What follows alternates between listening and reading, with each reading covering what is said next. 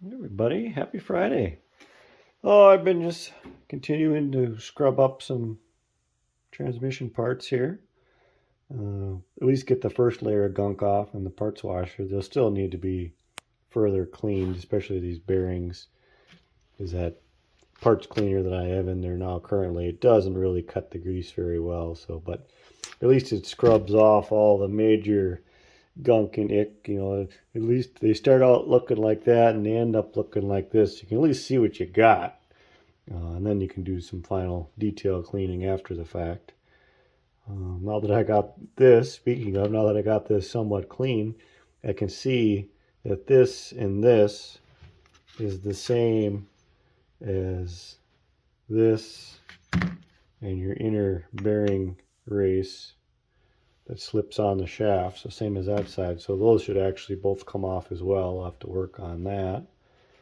But yeah, that's what I got this done this afternoon. It's about supper time. So the process I've been doing, in case anybody is curious, is I've been scrubbing them up in the parts washer over here. And for what it's worth, I don't know if I mentioned yet or not, this is what I'm using. Not super impressed, so whatever. I'll probably try something else next time around, but I scrub them up with that, and the directions on that stuff say to rinse them all off, parts off when you're done. Don't let the stuff dry on there. So I've been doing like a part at a time, scrubbing it up, bringing it down to the slop sink in the house basement, scrubbing them up with just warm water and a rag to rinse them off and get a little more of the gunk off, and then just wiping them down dry with a towel once I'm done with that. That seems to be working pretty good. Like I said, at least to get the initial gunk off. I'll go through and I'll wipe them all down really good when I'm done with some lacquer thinner or whatever to get them real good and clean. These I'll probably end up soaking in a little container of lacquer thinner or something to get, because inside all these rollers and stuff I can't scrub in there, and they're still, you can just feel they're gunky, full of old oil and junk yet. But yeah, I'll just keep picking away at that. Like I said, most of all that is pretty much clean. So I'll probably crack this open this weekend, because I'm going to take that all apart as well to inspect all the spider gears and everything inside of this. And they're going to at least get it all mostly cleaned up so I can investigate this whole worn out Babbitt situation. So we can get a game plan going for that. I'll probably talk with one of my friends that does that work and kind of get his opinion on the whole situation, how I should proceed with that, because I don't really know. I've never had to personally do any Babbitt work yet. I've been fortunate where, like when I did the 2035 engine, like the connecting rods for example, there was enough Babbitt left in all of them I could remove a couple of shims, they could get remachined, everything was good. I didn't have to actually re-Babbitt anything or have anything re-Babbitted. So yeah, that's probably kind of the plan for the weekend. It's another cold, snowy day here in North Dakota. It's dark out there, so you can't even see. But this morning when I went to work, it was like, more than 20 below zero Fahrenheit. We're up to about zero now, and it's supposed to continue getting warmer tonight. I think tomorrow might actually get up to the 20s, so that'll be a nice change of pace. It's pretty cold here these last few days. So, there again, good excuse to just hang out in the garage and work on this kind of stuff. Alright, see you guys later. Well, I'm a glutton for punishment today, so I think I might do a little bit of cleaning in the transmission housing here. Thought I'd show you something interesting I just discovered. So, it looks like there's puddles of goo everywhere, this black tar, basically, old gear lube. And not to criticize anybody else's opinion or anything, but a lot of people are saying, oh, you don't need to be cleaning that all completely out. Just put some fresh fluid in there and run it. It'll be fine. And I get it. A lot of situations, that would be the way to go. And that's actually what we did on my short fender 2035. We just flushed it all out with some diesel fuel, let it drip dry, put some fresh fluid in, and let it go, because I didn't want to tear it all apart quite yet. Someday we probably will, but in this case, though, if I'm doing a full restoration, full paint and everything, I don't want to assume everything is right and then get it all done, painted, running, and then discover that there's issues and then have to tear apart the transmission once it's painted and together and kind of done. That would be no fun at all. I would really be mad at myself. Now is the time. It's all broken down. Just take it all the way apart. Start from the beginning. You know exactly what you got. I feel like I always kind of harp on that point, but if you take it all apart and you inspect it personally, you know what you got. You know what you got. Things like this I wouldn't have found then, you know, where that Babbitt is wore out.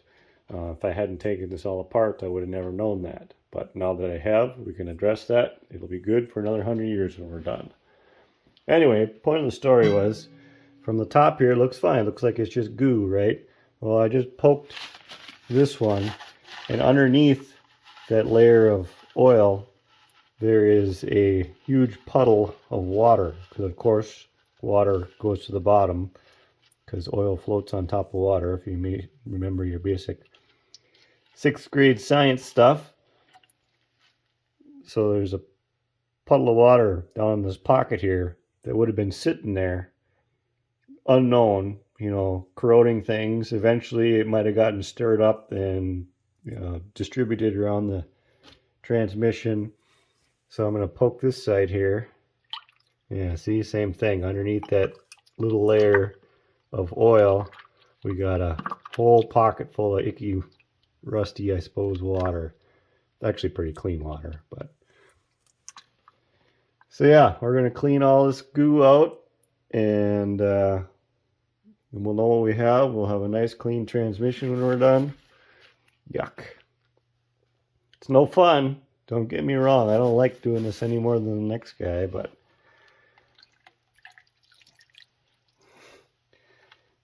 now is the time to do it. I got a little drip pan under there, so everything coming out will go into the drip pan.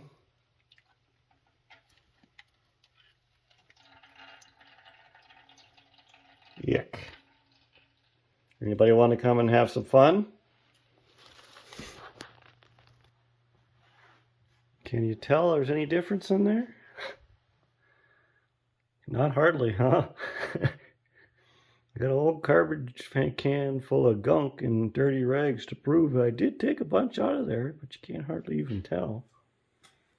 And they bounced over here, and I pulled the cotter pins and bolts, and this is the first peek of the differential separated here.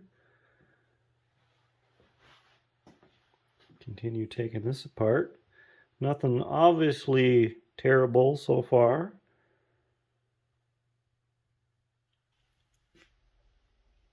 Okay, got some of the couple parts of the differential cleaned up here.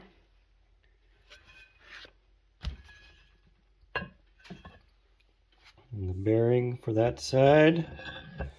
Yeah, it's definitely wore out.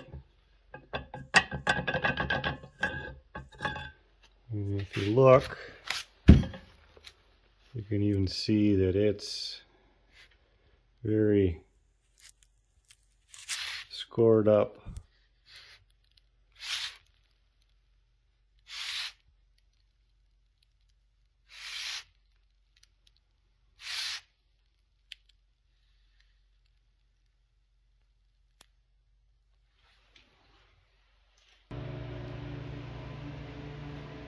Okay, I got this gear cleaned up next. I don't know what you even call this one. This is where your axle goes into your differential. And that doesn't seem to have any excess play. I think that'll probably be okay. It spins nice and smoothly. So I think we're probably okay there. Kind of strange, there's actually no Babbitt or any bearings there. That's just steel on cast. That's not a cast there, or excuse me, that's not Babbitt there. That's just machined part of the main casting. You know, granted, this isn't a really high speed turning point or anything, because that's just your differential. In theory, that's probably not really even turning much at all unless you're going around the corner, and then it's just a little bit. So I suppose it doesn't have to have a true bearing of any sort. So yeah, it's one more thing done, kinda. At least the first layer of gunk cleaned off. Got the other half of the differential off, and got the big bunch of crud scraped off. You can get a little better look at how the center section works now.